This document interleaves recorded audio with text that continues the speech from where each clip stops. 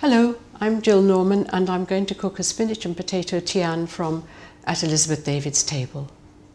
Well, I'm lucky enough to be cooking this at Elizabeth David's table, on the table that she had in her kitchen. This was her kitchen table, at which I sat for many years having lovely lunches and sometimes dinners, and it's great to have it here.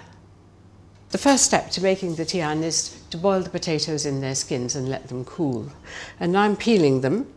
And I'm going to cut them into cubes and put them into the earthenware dish with a little olive oil and salt and pepper.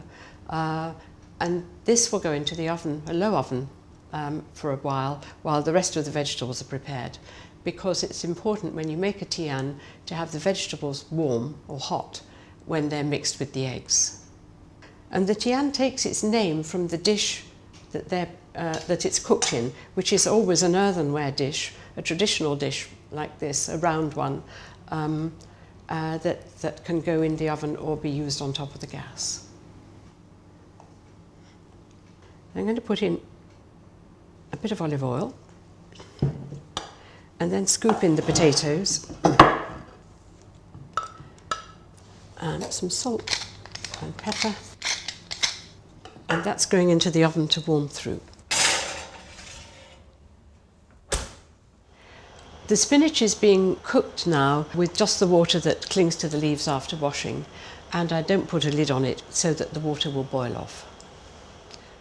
Now it's time to beat the eggs, and it's important to beat them so they're really well blended and somewhat lighter in colour.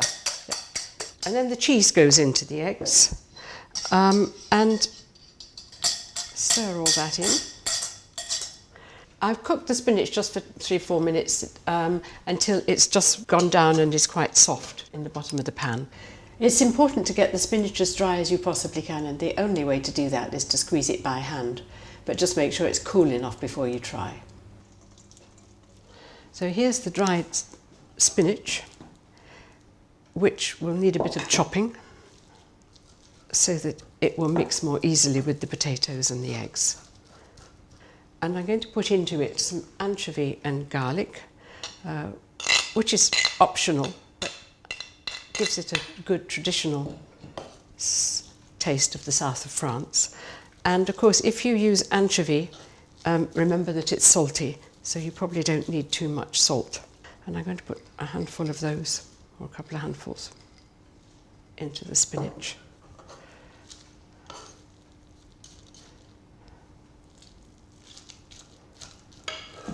The next step is to put all of the spinach into the egg and cheese mixture and give it a stir.